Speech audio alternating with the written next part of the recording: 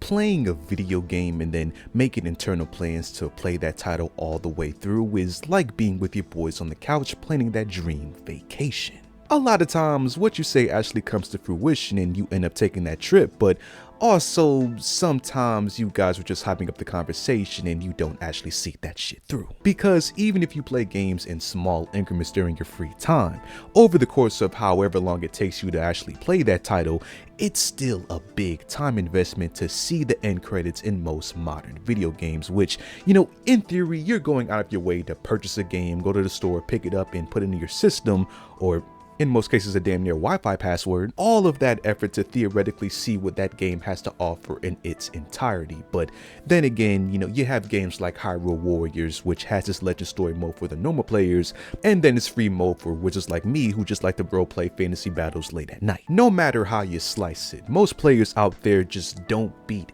every single game that they have in their library at any given moment. And with gaming having much more branches of factors than the world tree of God of War, what that reason is for one specific player not beating a game varies from player to player. But I would say that one reason of players not beating a game that is usually the opposite of the typical game complaint is because some of these titles are just too damn long. And honestly, the only reason I say it's opposite of the typical game complaint is because some players use the big numbers they find on websites like howlongtobeat.com as an excuse to justify these insane price tags that we have in gaming, whether it's done in logic or done as cope to keep from going insane nowadays. But even if you want to argue against the price tag, it's hard to argue against the experience of games suffering when there's things like gameplay being added to these titles just for the sake of it, or even just sections that drag on for far too long, so much so that it's a common occurrence for players to expect some parts of a game to feel like a chore more than actual gameplay, banking on that dopamine rush of getting over that part and actually getting to the fun part. Before you know it, it just causes pure gamer exhaustion and for players to tap out before they reach that finish line, which might not have happened in this scenario if that game had just been a little bit more shorter. Of course though, the remedy of having a shorter game isn't a universal thing that I think all games out there should have, because you do have some titles like the Atlas developed games that thrive in these long ass stories because it's their whole identity, and hell, like the Atlas games, some titles just manage to intrigue you all the way through from the first cutscene to the last one. For pretty much every other game out there that it applies to, I just want to talk about the shortcomings of some of these longer experience games and why I think some titles going forward should just be shorter when they need to be.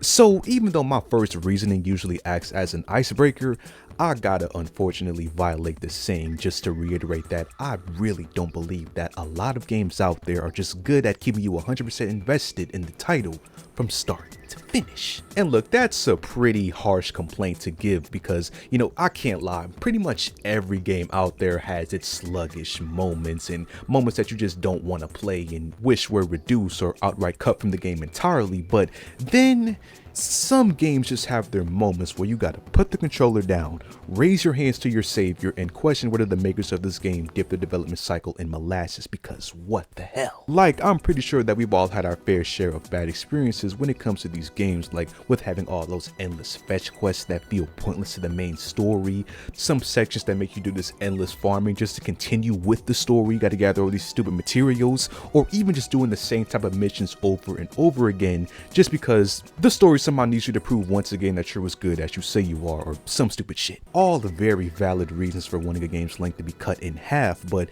I'd say one of the most core failures that a game can have is just if the storyline starts off good but then just loses momentum really fast. You just do not care about that story at all, because at that point, why the hell would you even want to play a story type game anymore if you're just going to do mindless work? It can be a very complicated thing to keep a human intrigued doing the same activity for a double-digit amount of hours, which only gets worse as a lot of these newer games feel like blended experiences where the developers are just going to take mechanics from all the games that are like working right now and just create all these experiences that you feel like you've already played before.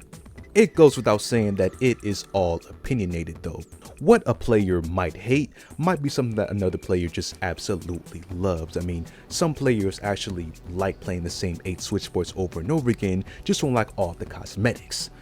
Personally, I can't stand the thought of that, but I know those players exist. Whatever the case may be, I just think the argument stands that some games will be better off if they just shave out the excess parts that just don't exactly contribute to the overall fun or necessity when it comes to these newer games. And then another reason as to why I think the presence of shorter games would benefit the whole gaming industry is a reason that I think all gamers have felt in some way, shape, or form if they've been in the hobby for a while now, just probably haven't been able to conduce it to words, and that's just the whole idea that less in gaming usually means more.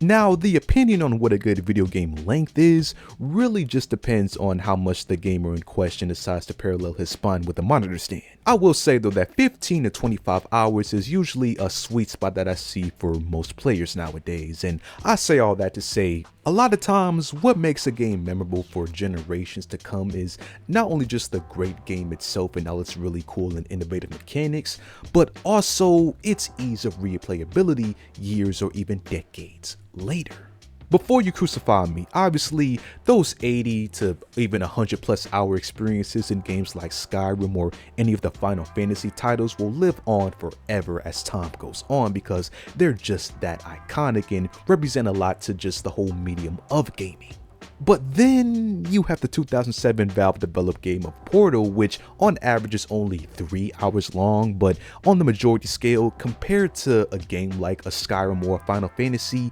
it's just so much easier to go back to and appreciate just because of how short it is. Having these bite-sized games that you can waste an afternoon playing that you almost know for a fact that whenever you do play it you'll enjoy your time is the kind of assurance that is just missing in a lot of gamers' lives nowadays. And hell, 3 hours is much more on the lower side of the spectrum on the overall time scale. The aforementioned 15 to 25 hours is also a really good time length to have if the game is good, just because that's about a week or even 2 weeks of just surefire amazing gameplay to go back to.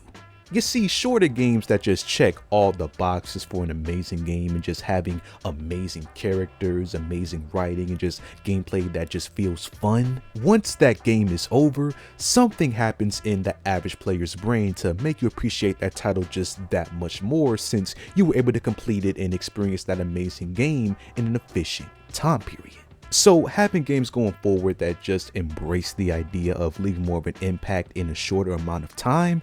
is just an idea that I think makes better use of the substance in a game rather than just adding all this unnecessary filler. And then at the end of the day, I'd say the most unfortunate and honestly realistic reason as to why games would benefit from being shorter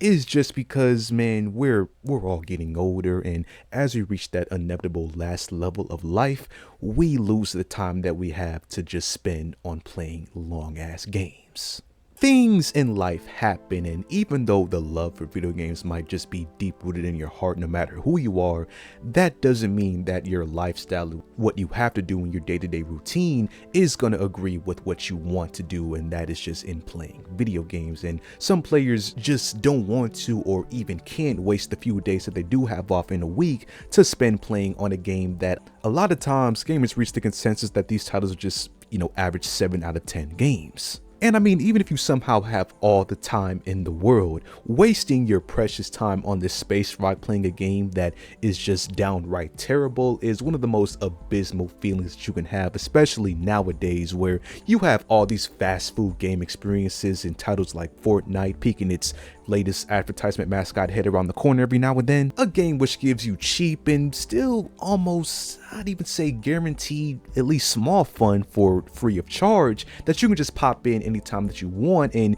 get your little fix on a video game whenever you just want to pick up a title, play it, and then go on about your life. And it's hard to argue against the convenience of doing that and instead playing a game that requires your full attention when you're playing it and just has these parts that just drag on forever and ever in these longer experience titles. And of course, in some cases, it might not exactly be fair to the developer or the people behind the game that want to create a story that has all these factors that they want to culminate together to create this big just payoff that might have a game taking the story longer than usual. But what these publishers and console manufacturers have to understand as they raise the price tags on these consoles and games is the fact that you're going to funnel less and less of a younger audience, since it's going to be mostly adults that can really be able to afford this kind of shit and have that kind of disposable income. So having those titles that fit into the schedule of these working adults is one of the best moves that I think a development team can have, at least in modern gaming. The lack of quality and quantity in the gaming industry is one of the biggest issues that we faced in this whole hobby right now. So I would say that if the quantity of just the game outlets was reduced going forward with modern gaming, it would force developers to create experiences that would have no choice but to be innovative and much more better for the future of gaming.